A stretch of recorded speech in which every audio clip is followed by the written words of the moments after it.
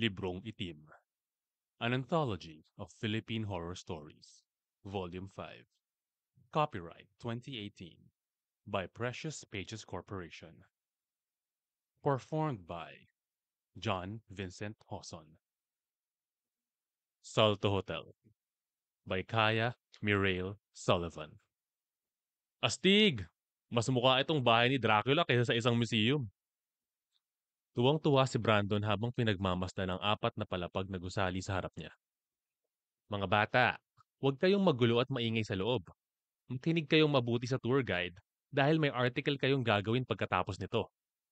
Paalala ni Miss Clara sa aming mga estudyante niya. Opo, ma'am. Halos sabay-sabay naming sagot. Ellison, ano ba bang hinihintay mo riyan? Pumasok na tayo. Biglang hablot ni Helga ang kamay ko at patakbo kaming pumasok sa loob. Halos malaglag ang pangako habang tinitignan ang loob ng Salto Hotel. Puno ito ng pinagsama-samang kultura ng mga Espanyol at Pranses. Maraming taong bumibisita rito dahil sa magandang view ng Tequendama Falls na nakaharap sa mismong hotel. Good afternoon, students. Ako nga pala si Ate Jackie niyo. Ako ang magsisilbing tour guide niyo dito sa Salto Hotel. Sinundan namin si Ate Jackie kahit saan pumunta. Boring naman dito. Wala bang masayang mangyayari? Reklamo ni Casey, ang girlfriend ni Brandon at best friend ni Helga. Huwag kang mag-alala, baby. May gagawin tayong exciting mamaya. Bulong ni Brandon sa babae. Halata naman ang kilig at kapilihan sa mukha ni Casey. Ang Salto Hotel ay itinayo noong 1920s ng isang French architect bilang tirahan. Pagkaraan ng ilang taon, ginawa itong hotel para sa mga turistang bumibisita sa Tequendama Falls. Tumagal ng 60 taon ang hotel. Pero dahil hindi na ito naipapagawa at nagkaroon ng matinding pagkalaso ng tubig sa ilog, inabandona na ito. Pero matapos ang 20 taon, ginawa na itong museum. Mahabang paliwanag ni Ate Jackie. Halos inisa-isa ang malalaking kwarto at function room sa loob ng hotel. Walang tulak kabigin sa mga ito. Iisipin mong isa ang maharlika sa panahon ng monarkiya kapag tumira ka sa ganito kagrandisyosong hotel. Teka lang, Ellison. Hinawakan ni Brandon ang braso ko. Bakit? Anong problema? Sumama ka sa amin mamaya. Mahinang yaya ni Brandon. Ha? Bakit? Anong balak niyo? Tumaas ang kilay ni Casey. Ano pa nga ba? E di maghahanap ng adventure. Ellison, alam mo bang kilala ang Salto Hotel sa mga suicide cases? Kwento ni Helga, halatang nasasabik sa balak ng magkasintahan. Pati ba naman ikaw, Helga? Saka sabihin nyo nga, ano ba talagang balak nyo? Magpapaiwan tayo rito. At kapag wala na silang lahat, mag-ghost hunting tayo. Deklara ni Brandon. Tuwang-tuwa sina Casey at Helga sa balak nila. Mahilig sa thrilling adventure sina Brandon at Casey. Samantalang mahilig naman sa ghost hunting si Helga. Lumapit sa akin si Helga at hinawakan ng mga kamay ko. Sasama ka sa amin, Ellison, di ba? Halos magningning ang mga mata niya dahil sa sobrang saya. Napabuntong hiningan na lang ako at hinigpitan ng paghawak sa mga kamay ng babaeng lihim kong minamahal. Oo na, kukulitin mo rin naman ako kahit hindi ako pumayag. Yes! Alam ko namang hindi mo ako matitiis. Buong pagmamalaki ni Helga habang masiglang tumatawa. Tama na nga yung kakornihan nyo. Pumunta na tayo sa itaas. Maghahanap pa tayo ng pagtataguan. Paalala ni Brandon. Tahimik kaming umakyat sa itaas at nagkanya-kanya sa pagpili ng pagtataguan. Malapit ng mag-alas 6 ng gabi. Isasara na ang museum. Nabasa ko iyon kanina sa ipinamigay nila na brochure tungkol sa hotel na ito. Ayon sa usapan namin kanina, maghihintay kami ng 2 oras bago tuluyang lumabas.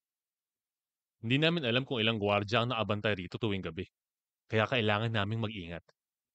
Ellison? Ellison! Nasaan ka?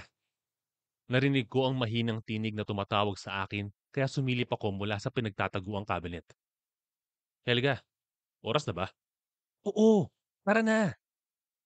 Tumangulang ako at sumunod sa kanya. Paglabas namin ng kwarto, naghahalikan sina Brandon at Casey habang nakatayo sa pasilyo. Ano ba? Kumuha nga kayo ng kwarto. Kadiri kayo. Naiirita pero natatawa rin si Helga. Masayahin talaga siya. Inggit ka lang. Andiyan naman si Ellison, no? Kinindatan pa ni Casey ang kaibigan niya. Biglang namula ang pisngi ni Helga. Nahiya tuloy ako. Tara na, simulan na natin ang totoong field trip. Nagsimula kaming maglakad-lakad. Teka, paano na ang mga bantay dito? Tanong ko. Wala, tulog na. Nakita namin kanina na mag-isang umiinom ng alak doon sa kusina. Tumango lang ako at nanahimik na. Nauuna sina Brandon at Casey sa paglalakad. Kami naman ni Helga ay nasa likuran nila. Ibang-iba kasi ang hotel kapag gabi na. Kung kanina, mukha itong grandisyosong hotel. Ngayon, ay mukha na itong pinamamahaya ng mga vampira at zombie. Nang makaramdam ng gutom ay huminto kami sa isang malaking kwarto na may malaking kama sa mismong gitna. Umupo kami sa carpet at nagsimulang maglabas ng mga pagkain. Sandwiches at ulam ang dala ko. Chips at soda naman ang kay Helga. Pero sina Brandon at Casey, may dala silang mga bote ng alak. Uy, ano yan? Bakit may dala kayong ganyan? Kalma lang. 2 bote lang itong dala namin. Mas masaya kapag may alak. Helga, alam mo rin ba to? Hindi. Saka bahala kayo dyan. Basta ako nagugutom. Kinuha niya ang baonan ko at sinimulang kainin ang mga niluto ko. Grabe, ang sarap mo talagang magluto, Ellison. Sige, kumain ka lang. Napangiti ako dahil ganadong-ganado siyang kumain.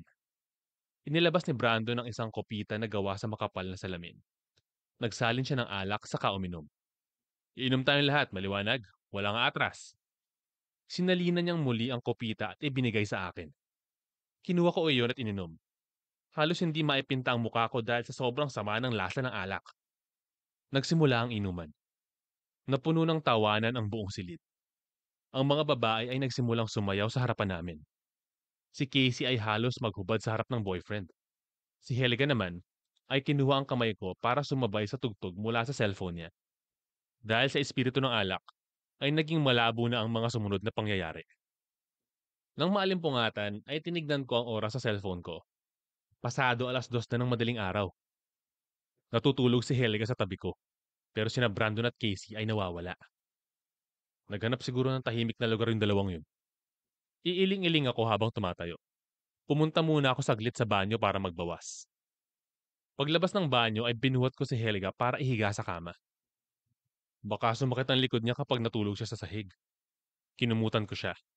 Hindi ko alam kung namamalikmata lang ako o nakita ko talaga siyang ngumiti habang natutulog.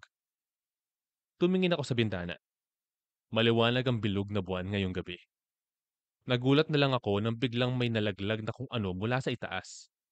Nagmadali akong lumabas sa veranda at dumungaw sa ibaba. Oh, God!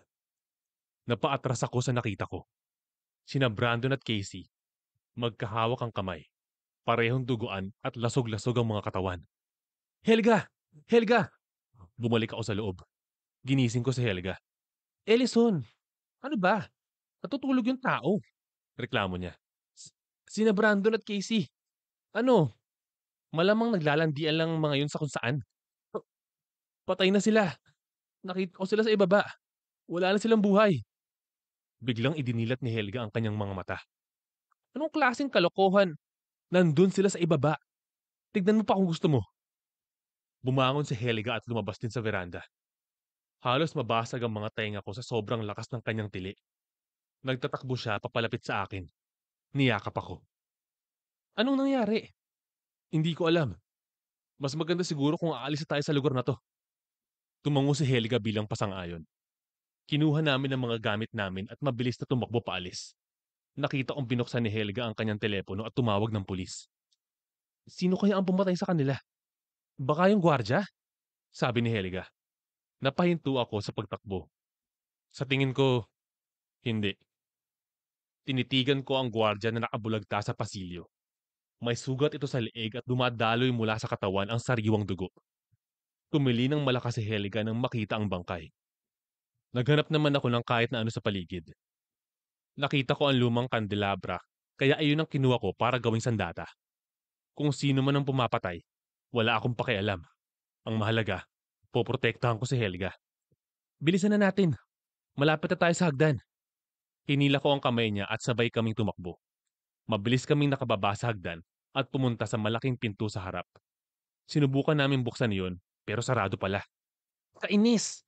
Nakalimutan kong kunin sa gwardiya yung susi nito. Tinignan ko si Helga. Dito ka lang. Kukunin ko yung susi. Sandali, sasama ako sa'yo. Ayokong maiwan dito, Ellison. Sa kabilang banda, dapat nga palang hindi kami maghiwalay. Baka bilang atakihin ng mamamatay tao si Helga habang wala ako. Tumango ako bilang pasang-ayon. Mabilis lang ang ginawa naming pagbalik. Makakalabas na tayo sa wakas. Nabuksan ko na ang lock. Binuksan ko ang pinto at lumabas pero sa pagtataka ko, ay muli kaming napunta sa silid kung saan kami nag-inuman. Ano bang nangyayari? Bakit tayo bumalik dito? Nagsimulang umiyak na umiyak si Helga. Nilapitan ko siya at niyakap pero ayaw niyang tumahan. Nanginginig siya sa sobrang takot. Alam mo ba, ayon sa kasaysayan, tumatalo ng mga Indian sa Tequendama Falls para takasan ng mga mananakop na Espanyol noon. Pagkukwento ni Helga. Ano naman ang kinalaman nun sa atin? Maraming magkasintaan ang gumaya sa kanila. Tumalon sila mula rito para patunayan ang walang hanggan nilang pagmamahalan. Kabaliwan yun. Tigilan mo na ang pag-iisip ng mga yan. Kailangan nating makagawa ng paraan para makaalis sa lugar na to. Inilibot ko ang tingin. Nagbabaka sakaling makahanap ng kahit na anong makakasira sa sumpang meron sa Salto Hotel. Kung alam ko lang na may sa demonyo ang lugar na to, hinding-hindi talaga ako pupunta rito. Mahal mo ba ako? Napatingin ako kay Helga. Tumigil siya sa pag-iyak at nagsimulang tumawa. O, oo naman. Bakit mo na itanong yan? Sagot ko. Kiss me. Sinimulan niya akong halikan sa mga labi. Sa pisngi, sa ilong, at sa leeg. Teka, ano ba nangyayari sa'yo? Kilala ko si Helga. Mabait siya. Simple. Masayahin at mahiyain. Gusto mo ako, di ba? Ito na ang katawan ko. Sa'yo lang ako. Tumatawa siya na parang wala sa sarili. Sinusubukan niya ang yakapin at halikan. Pero lumalayo ako. Para siyang nasasapian ng kung ano. Helga, tigilan mo na yan. Natatakot na ako. Para akong nababaliw. Naramdaman ko ang malamig na bakal sa likuran ko. Nasa veranda na ako at pilit kong inilalayo ang katawan ni Helga mula sa akin. Halos mahubaran na siya at ayokong makita siyang nagkakaganoon. Bigla siyang tumigil sa paggalaw at tumungo na lang. Kahit kinakabahan, itinaas ko ang kanyang muka at nakita kong nagbago ang kanyang mga mata. Akin ka lang! Malakas akong itinulak ni Helga kaya naman nawalan ako ng balanse at nahulog mula sa veranda. Nakita ko kung paano sumunod sa talon si Helga at yumakap sa akin. Sa akin ka lang, Leon! Akin ka lang! Sigaw ni Helga sa kakaibang tinig. Nakipagbuno ako sa kanya hanggang siya ang nasa ilalim at ako ang nasa ibabaw. Ramdam ko ang sakit ng pagbagsak. Namanhid ang buo kong katawan. Nanlalabo na ang paningin ko pero naaninag ko ang isang nilalang na papalapit sa akin. May nabiktima na naman pala si Lola. Sambit ng pamilyar na tinig. Tulong. Ha? Buhay ka pa pala? Hindi ako makakibo dahil hirap na akong huminga. Pero ayos lang. Sa taas ng binagsakan mo, imposibleng mabuhay ka pa. Naramdaman kong hinila niya ang dalawa kong paa at kinaladkad. Jackie, anak! Bilisan mo ang paglilinis ng mga katawan.